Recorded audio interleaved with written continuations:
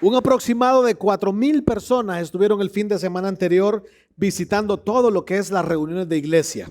Eso nos dice que casi el doble, un poquito más del doble, 2,000 personas nuevas estuvieron visitándonos, y eso es una alegría y una bendición cuando ustedes se toman el tiempo de invitar personas a la iglesia. Eso es una alegría.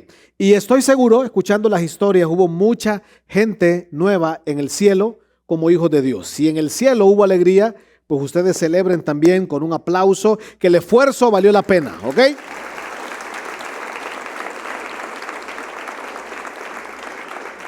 De hecho les comento que esta obra se va a estar presentando en el Teatro Manuel Bonilla próximamente.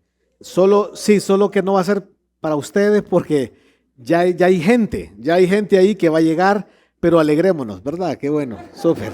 Sí, gracias. Quiero pedirles que cierren sus ojos y vamos a orar, vamos a comenzar. Señor, estamos aquí celebrando, alegres de que tú has hecho cosas grandes, Dios, en medio de nosotros. Muchas personas simplemente han entendido el destino eterno, están contigo en el cielo, hay garantía, Dios, de su seguridad eterna. Y hoy queremos que tú nos hables esta noche en una serie que estamos comenzando, que no dudamos que será de gran ayuda para nosotros, y no solo para nosotros, sino para que otros te conozcan. Por favor, quita las distracciones, queremos escucharte. En el nombre de Cristo, amén. La serie, escuchen bien, se llama Perdiendo mi religión. Quisiéramos durante 4 semanas aprender cuánto daño hacen los religiosos en el mundo. Los religiosos hacen daño increíblemente, pero el punto de esta serie es que quizás tú vas a venir durante las 4 semanas diciendo, van a hablar de los religiosos. Y tal vez tú no crees que estás en esa silla y tú eres un religioso. La idea es que nosotros nos podamos identificar, que nosotros podamos reflexionar acerca de lo grave y cuánto daño le hace la religión en sí como tal, al mundo entero. Así que de eso queremos hablar. Y nuestra primera reunión, nuestra primera conversación hoy se llama El problema de la religión. ¿Cuál es el problema de la religión? Hoy, muchos no saben el punto de su fe donde se encuentran. Si te preguntáramos hoy, ¿dónde se encuentra tu fe? Para muchos, la fe es, confía en Jesucristo como mi Salvador y eso me basta. Yo ahora soy feliz y no pasa nada. No ha pasado nada en los últimos años y quizás no va a pasar nada en los próximos años porque ya te conformaste. Suficiente con saber que voy al cielo, que soy salvo y ya no pasa absolutamente nada. Pero sí pasa algo. Muchos de nosotros hemos confiado en Jesús como nuestro Salvador y no solo es que no pasa nada, sino que estamos siendo negativamente de impacto para otras personas. Hoy quisiera comenzar diciéndoles que de verdad hay mucha gente que ha perdido su fe y hay mucha gente que no ha encontrado su fe. Quisiera darles algunas ideas para entender un poco el problema que hay en el que estamos nosotros, porque esto nos rodea. ¿Por qué la persona pierde su fe? Cuando pensamos en fe, ¿por qué? En primer lugar, una de las cosas que está comprobadas, por qué la gente no quiere saber nada de fe, la gente no quiere saber nada de iglesias, por la calumnia, la cultura de la calumnia. El religioso usualmente calumnia, el religioso usualmente juzga, el religioso ataca, y no solo eso, sino el mundo en sí, y las iglesias están llenas de eso, de una actitud incendiaria, comerse unos a otros. ¿Por qué la gente también no quiere saber nada de su fe? Por las pruebas. Muchas personas no tienen la misma capacidad de otros para ser sostenido en una prueba. Aunque Dios dice que la prueba de nuestra fe produce paciencia, pero ¿cuántos creyentes? No estoy hablando de una persona sin Dios. La persona sin Dios ya se sabe que de repente no entiende y dice, ¿por qué? Si en verdad existe un Dios, ¿por qué me pasa eso? El punto es, creyentes, nosotros que hemos creído atravesamos por una prueba y eso nos va desestabilizando al punto que muchos vamos a tomar decisiones que nunca creímos haber tomado, simplemente porque estamos perdiendo nuestra fe. Otra de las cosas por qué la gente no quiere saber de fe, no quiere saber de iglesia, ¿sabes por qué? Por los malos ejemplos. Y una de las conferencias las vamos a dedicar a eso. Nuestra manera de vivir importa. Porque nuestro ejemplo, la sal, la luz, tiene un efecto en la vida y en la fe de otras personas. ¿Por qué la gente no quiere saber de fe?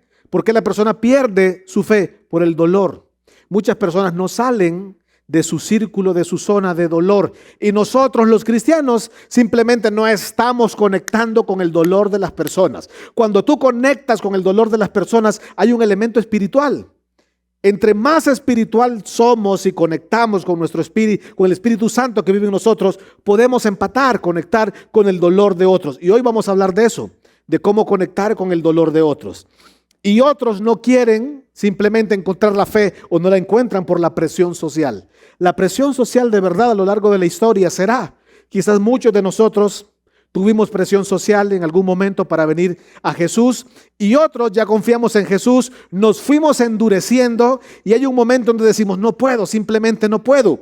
Y hay que trabajar en eso, en la presión social. Y hay algo que es así y así será. ¿Por qué la gente pierde su fe o está perdido en su fe? Por lo que llamamos pecado, por el pecado. Creo que es la causa principal que encierra todo, el pecado. Simplemente el pecado no deja que estemos con Dios, el pecado nos separa de Dios, pero también el colateral de esto es, ¿qué pasa cuando un creyente pierde su fe por el pecado? No pierde su salvación. El que tiene garantía eterna, el que tiene seguridad eterna no pierde su salvación, pero el pecado pierde dos cosas, hace que tú pierdas dos cosas. Uno, la paz. Y dos, la comunión. Y cuando vas perdiendo la comunión con Dios, pues te enfrías, eres vulnerable y suceden cosas, pues, que no son nada buenas, el pecado. Y lo último, que no es lo último porque hay tanto, pero por cuestiones de tiempo, quiero dar a manera de reflexión, están las luchas espirituales que hay. Las luchas espirituales. Hay un hombre en la Biblia que se llama el endemoniado Gadareno. El endemoniado Gadareno estaba en una lucha espiritual profunda y Jesús conecta con su lucha y al final este hombre es liberado y dice que termina siendo instrumento en Decápolis. Decápolis es una ciudad de 10 ciudades. Jesús le dijo, no puedes ir conmigo, ve a los tuyos y cuéntales lo que Cristo ha hecho. En otras palabras, hermanos, cuando nos tomamos el tiempo de decir, perdiendo mi religión, Dios quiere que hoy desaprendamos, que no seamos religiosos. ¿Sí entienden eso? Los que más deberíamos aprender a no ser religiosos somos nosotros, los que hemos creído en Jesús. Esto es una exhortación, no seamos religiosos. Y hoy queremos entonces aprender de esto. ¿Cómo funciona esta dinámica de la religión? Pues vamos a ir al libro de Lucas. En el libro de Lucas hay una historia bastante vasta. Lucas capítulo 10. Hay un hombre religioso en la Biblia que nos puede representar a todos, pero este hombre representa la religión. Versículo 25 en adelante dice lo siguiente. Cierto día, un experto en la ley, llámele abogado, era un hombre documentado, era un tipazo, era increíble. Tú lo escuchabas hablar y dices, wow, este hombre cómo sabe de Dios. Cierto día, un experto en la ley religiosa se levantó para probar a Jesús. Primera característica, saben mucho, son impresionantes, están documentados, pero se mofan, son presuntuosos en su vida y quiere probar a Jesús. Y entonces lo prueba de la siguiente manera, le dice, maestro, ¿qué debo de hacer para heredar la vida eterna? La primera pregunta que le hace el religioso a Jesús, lo está probando. Viene Jesús y le contesta, ¿qué dice la ley? Tú eres un experto en la ley. ¿Qué dice la ley? ¿Cómo la interpretas? Jesús le deja la pelota a él, la baja, se la pone, le dice, vaya, contesta, tú eres un tipo de Harvard, tú eres una persona, una eminencia. ¿Cómo la interpretas? Y él no se queda atrás. Wow, saca el pecho. El hombre contestó, pues ama al Señor tu Dios con todo tu corazón, ámalo con toda tu alma, ámalo con todas tus fuerzas y ámalo con toda tu mente y ama a tu prójimo como a ti mismo. Y viene Jesús y le dice, wow, correcto, le dijo Jesús y lo fulmina y le dice, entonces haz esto y vivirás. Le dice, hey, pasa de la teoría a la práctica, te sabes la teoría, pero pasa a la práctica, haz esto y vivirás. Cuando él recibe esta información, dice el verso 29, el hombre quería justificar sus acciones. Jesús lo ha rematado. Jesús le dice, mira, te sabes mucho la teoría, pero en verdad todo lo que me has dicho, si lo pusieras en práctica, entonces el hombre le preguntó, Jesús, ¿quién es mi prójimo? ¿Quién es mi prójimo. Entonces, antes de escuchar la respuesta de Jesús para nuestra serie de Perdiendo mi religión, vamos entonces a una definición práctica de religión para entender si yo soy religioso. ¿Cómo yo en la iglesia puedo ser religioso? Religión, conjunto de normas, conjunto de reglas que se necesitan para llenar y cumplir un estándar. Entonces, para muchas personas, creer en Jesús creen que ese conjunto de reglas, conjunto de normas, son las que ellos necesitan para ser salvos en alguna ocasión. Pero en contraste con nosotros, para nosotros que hemos creído en Jesús y que entendemos la salvación, muchas veces hay días que haces cosas en el día para sentirte más amado por Jesús. ¿Te ha pasado? Te sientes más amado por Jesús y crees entonces que socialmente, si aquellos hacen esto o aquello, serán más aceptados por Dios. En verdad, Dios no me ama porque soy valioso porque Dios me ama. La gracia y la misericordia de Dios. Llegar a Dios no es por mi propio mérito, entendemos eso. Pero con el paso del tiempo vamos naufragando, vamos perdiéndonos en la fe. Dios no me amará más, simplemente. La religión entonces se centra en transacciones. La religión se centra en que tú hagas esto, en que tú hagas aquello. Y no solo lo hablamos para salvación. Con el paso del tiempo, la religión te va haciendo creer que en la vida cristiana tú necesitas esto, como una conducta para sentirte mejor con Dios, para sentirte más puro con Dios. Pero fíjate, en contraste a la religión, que se trata de transacciones y de hacer cosas, la relación se centra en una conexión. Y ahí comienza lo maravilloso de esto. Cuando Dios realmente te pide una relación, justificados por la fe, tenemos paz para con Dios por medio de aquel que nos amó. Todo comienza con Jesús a través de una conexión, a través de una relación con Él. La religión te dice, hazlo por obligación. Cuando tú vienes a la iglesia y avanzas en tu vida cristiana y empiezas a hacer las cosas por obligación, revisa tu cristianismo. Lo estás haciendo por obligación o porque vaya a decir, para que tal persona diga esto, para llenar el cheque de tal persona. ¿Qué es eso? ¿A dónde dice eso? Entonces la religión, te vas dando cuenta que maltrata. Históricamente la religión maltrata, pone cargas. Los religiosos ponían cargas que ni ellos mismos podían llevar. Jesús aparece con un nuevo mandamiento. Un nuevo mandamiento les doy.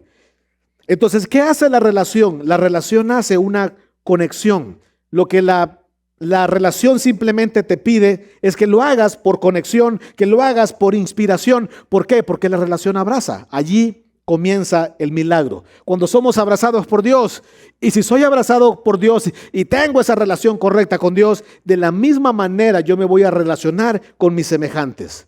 De la misma manera en que me siento amado y amo a Dios. Y si pudiéramos poner un argumento sólido en esta serie, pues iríamos al libro de Efesios, capítulo 2, versículo 18. El apóstol Pablo dice lo siguiente: ahora, todos podemos tener acceso al Padre. Esto es simple. ¿Por qué tiene que ser un camino tan difícil? ¿Por qué tiene que ser un puente tan largo para llegar a Jesús? Ahora todos, es disponible para todos.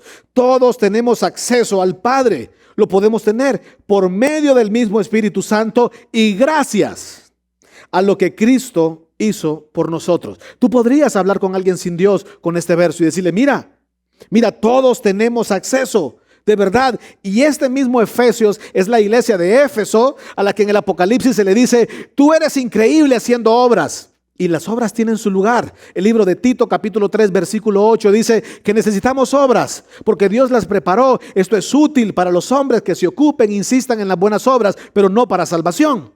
Pero a esta iglesia de Éfeso le dice, haces esto y aquello bueno, pero has perdido tu ¿qué? Tu primer amor, tu protos, lo principal, lo has perdido. Naufragaste, te alejaste, perdiste el enfoque. Nos volvimos religiosos, nos volvimos activistas religiosos vacíos por dentro, tratando de llenar externamente un parámetro para agradar a alguien más que no es Dios. Entonces la religión se centra en lo que debemos hacer para ganar el favor de Dios. No se gana el favor de Dios. No se gana el favor de Dios, ni para salvación, ni para que te ame más. Dios ya nos ama. Entonces, la religión te dice, haz más buenas cosas.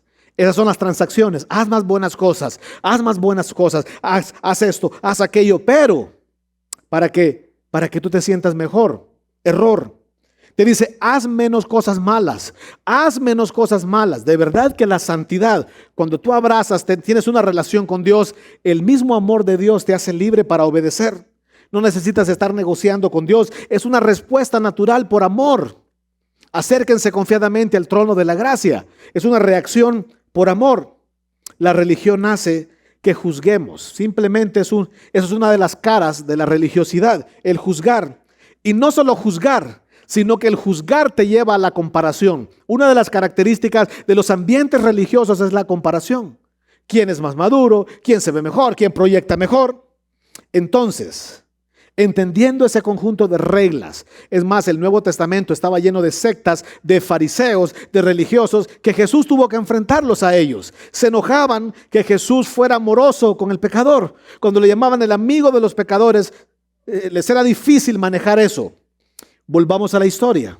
Está un hombre religioso, que ese hombre podría ser uno de nosotros. Está ese experto de la ley diciéndole a Jesús, Jesús, ¿qué se necesita para tener vida eterna? Hey, haz lo que dice la ley, tú la conoces. Bueno, Jesús, ¿quién es mi prójimo? Entonces, mira qué interesante. La parábola del del buen samaritano surge como una necesidad, como una respuesta de un religioso. Vamos al versículo 30. Jesús le respondió con una historia. Entonces, en esta historia hay varios protagonistas que podemos ser nosotros. Dice la Biblia, un hombre judío o un samaritano bajaba de Jerusalén, un judío bajaba de Jerusalén a Jericó y fue atado por ladrones. Fíjate, va a hablar de un judío y después va a hablar de que lo rescata un samaritano. Un gran contraste. Un hombre judío bajaba de Jerusalén a Jericó y fue atacado. La historia habla de que alguien fue atacado. Los religiosos, ¿qué hacen? Atacan. Entonces, en la historia, tú dices, bueno, yo me identifico a veces con el sacerdote. Yo me identifico con el samaritano. Puede ser que nos estemos identificando con los ladrones en la historia. Simplemente nuestra historia hoy, somos los protagonistas de estar maltratando personas. Somos los protagonistas de estar dejando en vergüenza a personas. Fue atacado por ladrones, le quitaron la ropa, le pegaron y lo dejaron medio muerto al costado del camino. Jesús está relatando la historia. Me imagino el religioso impactado escuchando a Jesús y le dice en el versículo 31, un sacerdote, un hombre que sabe mucho, un hombre que se ve que es de Dios, pasó por allí de casualidad, pero cuando vio al hombre en el suelo, cruzó al otro lado del camino y siguió ¿de dónde? De largo. Entonces, era un tipo, también era otro religioso, este sacerdote era un tipo religioso, hacía grandes cosas en el templo, pero en las carreteras no le funcionaba el cristianismo. En las carreteras no le funcionaba la religión, era segmentado, simplemente. Y Jesús va avanzando con la historia y dice lo siguiente. Y siguió de largo. Un ayudante del templo pasó y vio allí tirado, golpeado, casi muerto, pero también siguió ¿de dónde? De largo. También lo siguió de largo. El religioso no se acerca. El religioso no tiene intimidad. Siguió de largo por otro lado. Versículo 33, es importante que procesemos eso. Versículo 33 es clave. Entonces pasó un ¿qué? Un samaritano despreciado. Repito, pasó entonces un samaritano despreciado. Lo digo por tercera vez para que se quede. Pasó entonces un samaritano despreciado y cuando vio al hombre, los tres observaron. Los tres pudieron ver, pero hubo un sentimiento diferente y hubo una actitud diferente. Cuando vio al hombre, sintió compasión por él y hizo algo que no hicieron los demás. Se acercó, rompió las barreras, se acercó. ¿Por qué? Era despreciado, ceremonialmente no tenían nada que ver. Se acercó, rompe las barreras y mira lo que hizo. Primero, alivió las heridas. Alivió las heridas con vino y aceite. No se puso a predicarle, no se puso a decirle, mira, yo soy cristiano y mira, la palabra de Dios dice. Simplemente un acto de amor, sintió compasión, empezó a aliviar las heridas y después dice, las vendó. Y no solo las vendó, luego subió al hombre en su propio burro. Su carro, su gasolina, su transporte se estaba despojando. Y uno dice, wow, así, ¿verdad? Y contrató a una persona para que lo ayudara. Eso fue al día siguiente. Dice, y lo llevó a un alojamiento donde cuidó de él. O sea, no solo hizo lo que alguien podía hacer. Es como que a ti te digan que tienes que ir al hospital escuela hoy a cuidar a alguien que está en una etapa crítica en cuidados intensivos. Este hombre estaba medio muerto. Lo que dice Jesús es, está medio muerto, está agonizando. ¿Cómo hacen las personas? Si están inconscientes, pues es muy difícil. Si están conscientes, gritan, le duelen, y habían sido golpes, hematomas. Este hombre por ratos deliraba, quizás cuidó de él. Cuidó de él. Eso no es religión, eso es relación. Cuidó de él. Ahí estuvo de seguro afirmándolo con palabras y lo llevó hasta el alojamiento. Al día siguiente le dio 2 monedas de plata al encargado de la posada y le dijo, cuida de este hombre. Si los gastos superan esta cantidad, te pagaré la diferencia la próxima vez que pase por aquí. A mí me impacta que la religión es condicional.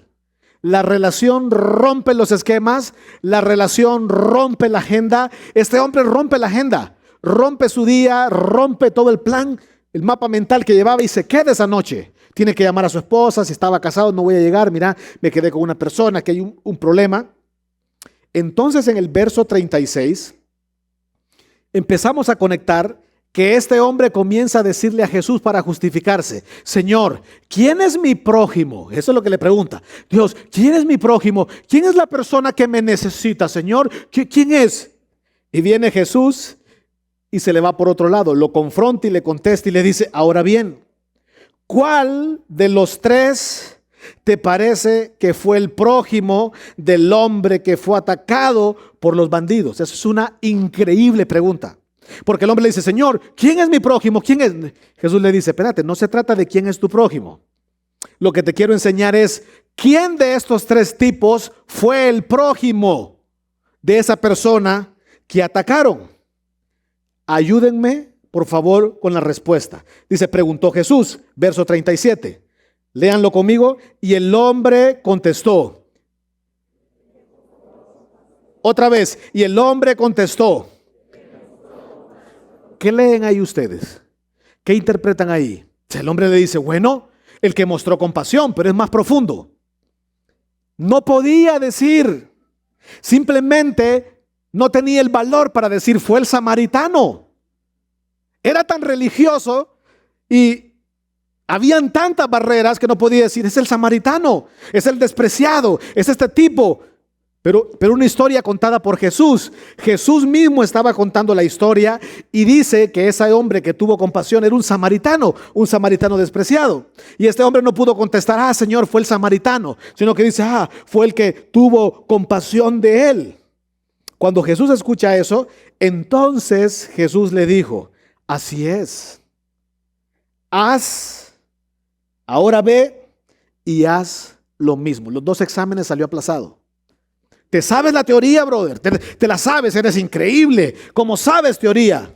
Pero en la práctica estás aplazado. Pues la respuesta es esa. La respuesta es, haz lo mismo. Haz ahora y haz lo mismo. Ve afuera, ve al necesitado. Entonces, devoción es inspirada por la relación, no por la obligación. ¿Qué necesitamos hoy durante toda esta serie? Desaprender la religiosidad, dejar de ser tan religiosos y aprender la vida comunitaria, aprender lo que significa tener relación con otros, tener relación con el perdido. Simplemente cambiar nuestro paradigma de vida cristiana, cambiar nuestro paradigma, volver y ser más sensibles. Entonces, en esta historia encontramos 3 monedas, llamémosle las monedas de la relación. ¿Qué se hace en una relación? ¿Cómo se paga? ¿Cómo es la dinámica en una relación? Si tú quieres tener una relación fuerte, ¿qué es lo que encontramos allí? Lo primero que encontramos en esa historia, una primera moneda, es la moneda de la fe. Y cuando pensamos en fe, simplemente fe es igual a creer más en la gente. Creemos en Dios. Dios cree en nosotros. Nosotros creer más en la gente es la capacidad de decir, Dios puede hacer algo con esta persona como alguien creyó en nosotros. Aprender a creer en la gente antes de que triunfe.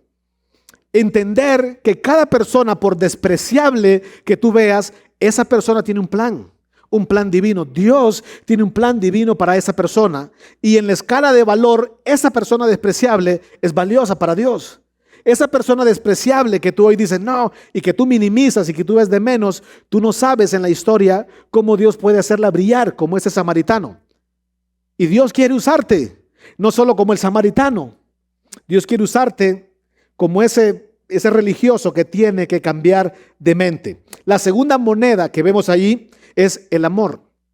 En una relación, si tú quieres que sea una relación de impacto, el amor. Y cuando pensamos en amor, seamos concluyentes, servir más.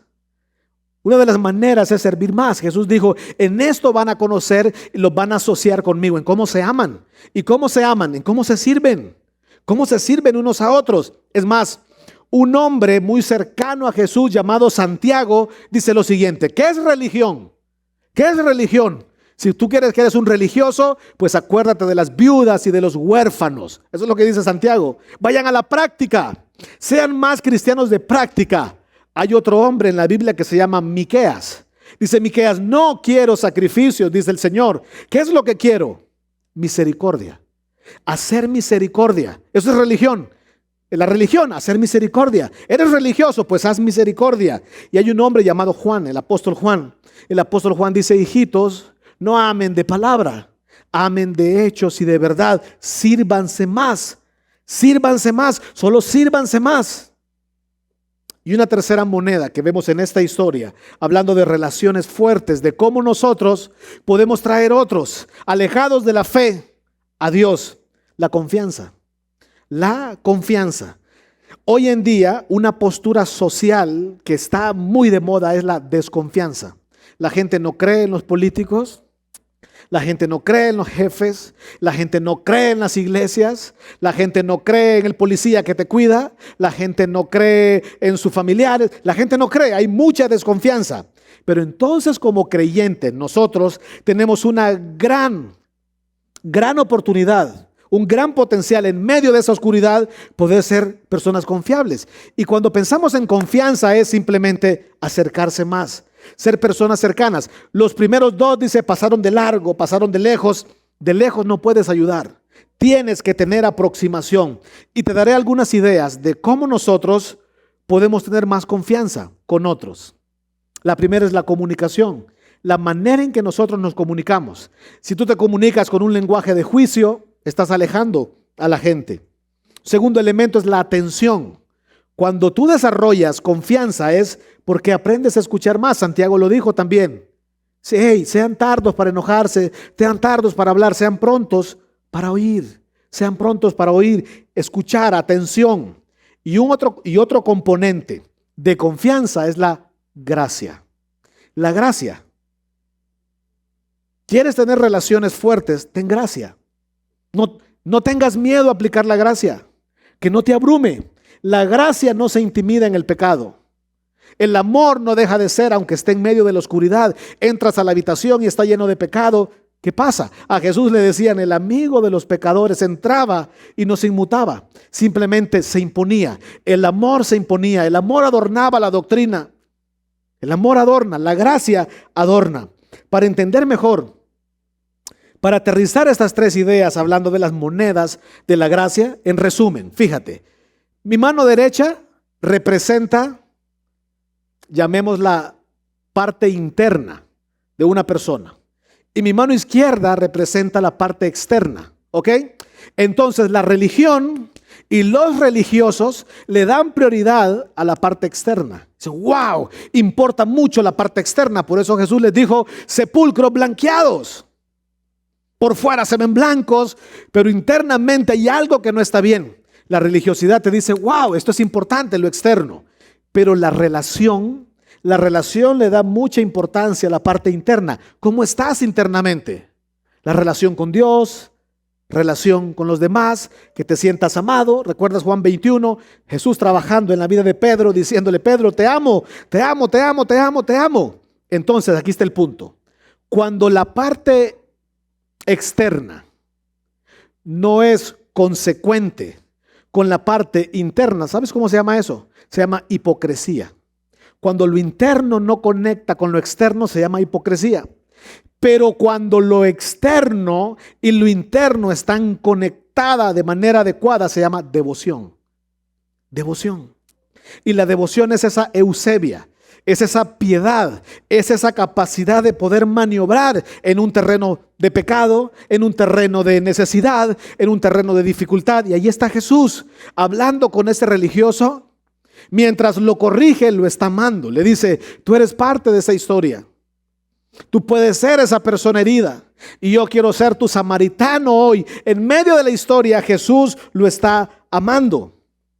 Entonces, hermanos, cuando tú escuchas la historia del samaritano, en verdad no solo es un énfasis a que tengamos compasión, es un énfasis a que seas más compasivo. En verdad, la historia del samaritano contada por Jesús es un llamado a cómo veo mi relación con Dios y cómo veo mi relación con otros. Jesús está contestándole a ese tipo religioso que cree, diciéndole a Jesús: yo sé más de Dios que tú mismo. No lo reconoce como la deidad, no lo reconoce como la Trinidad. Está con el mismo Jesús, pero está lejos de Jesús. Y entonces Jesús quiere que todos nosotros revisemos nuestra conciencia de cómo estamos viendo a Dios, cómo creemos que Dios nos ve, y de esa misma manera nosotros podamos ver a otros como Dios los ve. Otro elemento, hermanos, ese samaritano en esa historia es Jesús mismo. El buen samaritano es Jesús mismo. Yo era una persona herida, Él me vendó, Él me curó, Él me sostuvo, Él me salvó. Quisiera cerrar con un pensamiento muy importante. Te va a ayudar a tratar las personas sin Dios correctamente. La salvación no es una recompensa que la gana la gente buena. Sí, no, pero grábate eso. La salvación no es una recompensa que gana la gente buena. La salvación es un regalo para las personas perdonadas. Y eso es gracia. Eso es gracia, de verdad, eso cambia el mundo. Dios quiere recordarte cuánto te ama. Y Dios quiere recordarles a muchas personas cuánto las ama por medio de ti. Por medio de ti. Así que déjate usar. Pierde esa religiosidad. Reaprende. Reaprende simplemente a darle importancia a la relación. Cristo nos llama a una relación con Él. Pongámonos de pie.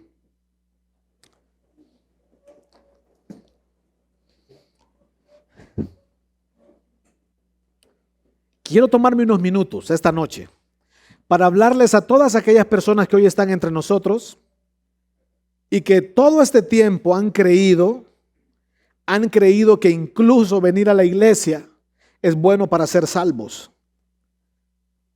Quiero hablarle a todos aquellos que han creído que todas las semanas le piden perdón a Dios, todas las semanas, porque no tienen seguridad eterna.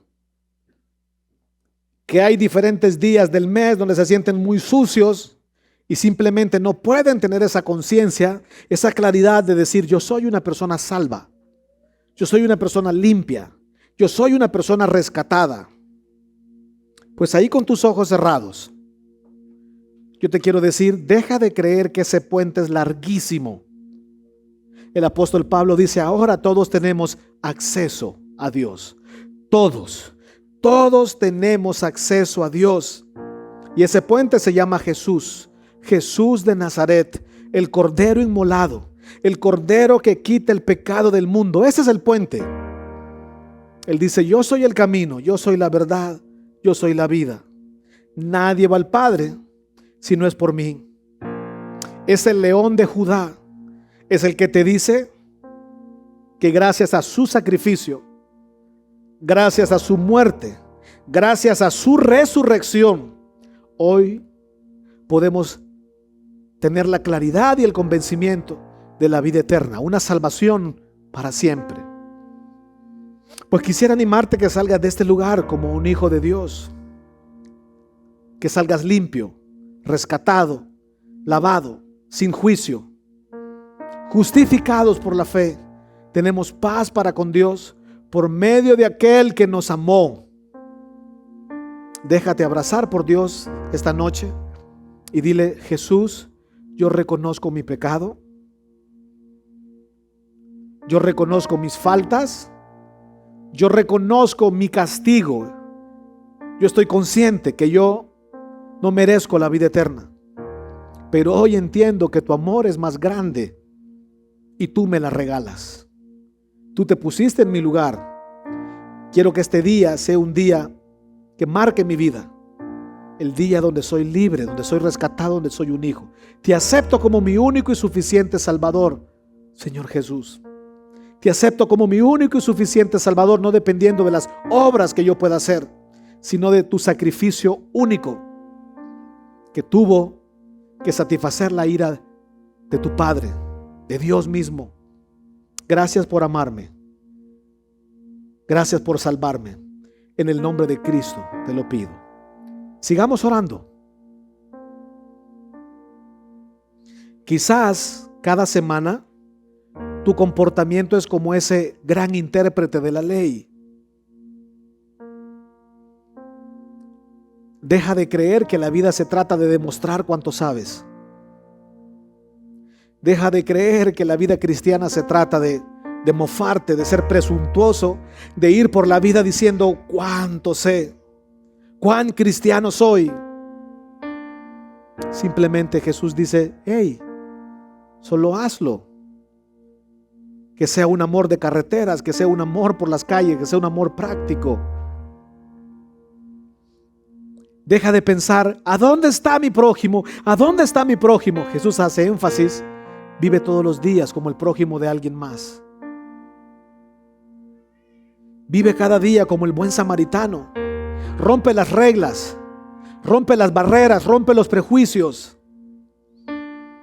rompe los temas políticos, rompe los asuntos de pecado, aquellos pecados que para ti son demasiado grandes. Donde abunda el pecado, sobreabunda la gracia.